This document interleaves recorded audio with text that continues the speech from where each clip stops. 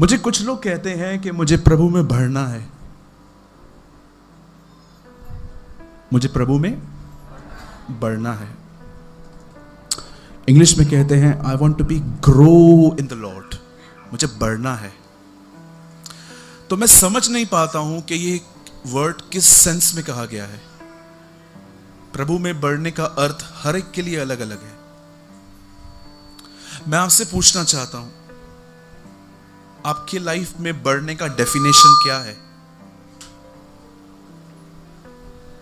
जहां तक मैं जानता हूं, कुछ लोगों को लगता है वचनों को मेमोराइज करना बढ़ना है। पहले मुझे बाइबल नहीं पता थी, लेकिन अब मुझे बाइबल के बहुत सारे वचन पता है विथ नंबर्स। ठीक है, ये गलत नहीं है, इसे भी बढ़ना कहते हैं। नया नया व्यक्ति इसमें ही बढ़ता है।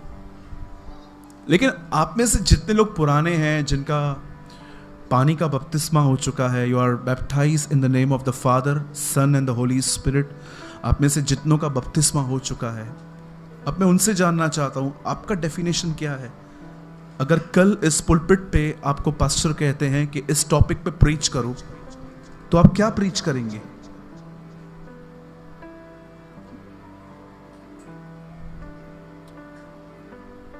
जहां तक मैं जानता हूं, जिस व्यक्ति का कोई लक्ष्य नहीं है, वो आदमी कभी बढ़ नहीं सकता। लक्ष्य, AIM, एम। क्या आपका परमेश्वर में कोई लक्ष्य है? अदरवाइज मैं आपको बताना चाहता हूं आपकी लाइफ कैसे। आप मॉर्निंग में उठेंगे, वॉक करेंगे, कुत्ते को घुमाएंगे, कुत्ता आपको घुमाएगा, और ब्रेड बटर खाएंगे, और उसके बाद काम पे चले जाएंगे, रात को आएंगे, प्रभु धन्यवाद आपके आज के दिन के लिए। ऐसे ही आपकी जिंदगी निकलती जाएगी, क्योंकि मेरी भी ऐसी ही निकली थी। लेकिन जो लोग लक्ष्य रखते हैं ना, उनकी जिंदगी ऐसे नहीं हो सकती। एक बन कीजिएगा, जिनका एक लक्ष्य होता है, उनकी जिंदगी ऐसे नहीं जा सकती। मैं चाहता हूं आप सब ध्यान दें। अब बाइबल बताती है पेंटिकॉस्ट के दिन पवित्र आत्मा उतरा। एक्चुअली उन दिनों में अभिषेक आया, प्रेरितों के काम में पवित्र आत्मा नहीं उतरा था। ऑन दोज डेज अनॉइंटिंग उतरा था। पवित्र आत्मा उन्हें 20 अध्याय यूहन्ना में मिल चुका था, जब यीशु ने कहा, उन पे फूका और कहा पवित्र आत्मा लो। और जब पवित्र आत्मा उतरा, तब बाइबल बताती है एक मंडली बनी।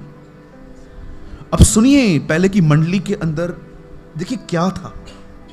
जब वो मंडली बनी तो वो 3000 लोगों की थी। कोई चमत्कार नहीं हुआ पहले प्रचार में।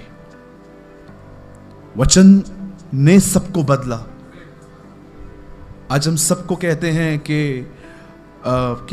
परमेश्वर पहले काम करता है फिर जिंदगी दो। पर मैं आपको बताना चाहता हूं, अर्ली चर्च ऐसे स्टार्ट नहीं हुई थी। अर्ली चर्च वचन के बेस पे हुई थी। जब उन्होंने प्रचार किया, मैं आपको बताना चाहता हूं, जब पतरस ने प्रचार किया, पहले चमत्कार नहीं हुआ, पहले वचन गया। और आप जानते हैं, जब वो मंडली बनी, उस मंडली के बनने के बाद एक समय ऐसा था, उस मंडली में सिर्फ यहूदी लोग थे, सबका सेम कल्चर था। लेकिन जब सुसमाचार यरूशलेम से बाहर निकला, जब ये गॉस्पेल जैसे आप आज सुन रहे हो, जब ये बाहर निकला, तब अन्य जातियां भी कलीसिया में आने लग गई, जिनका कल्चर बहुत डिफरेंट था। अब मैं मसीह परिवार में पैदा नहीं हुआ हूं, मुझे बचपन से प्रार्थना क्या होती है, बाइबल पढ़ना क्या होता है, कुछ भी नहीं पता था, कुछ भी नहीं। मुझे सीखना पड़ा। हम बचपन से जहां पैदा हुए वहीं से सिखाए गए और वही सब करते थे। सो जब अन्य जातियां उनमें मिली, तब कलीसिया के अंदर प्रॉब्लम स्टार्ट हुए। जब चर्च बढ़ने लग गई और लोगों ने आके प्रेरितों से कंप्लेंट्स की कि हमारी विधवाओं की सुद्धि नहीं ली जाती, हम पर ध्यान नहीं दिया जाता, खाना बांटते समय हमें ध्यान नहीं दिया जाता, कपड़े बांटने समय हमारा ध्यान नहीं दिया जाता। आप जानते हो, जब ये बातें चेलों के पास पहुंची, चेलों ने कहा एक काम करते हैं, हम में से 7 लोग हम अलग कर देते हैं और वो लोग इस काम में ध्यान देंगे। मैं आपको बताना चाहता हूं, प्रभु की कलीसिया में सबसे पहली मौत एक खाना पकाने वाले की हुई है।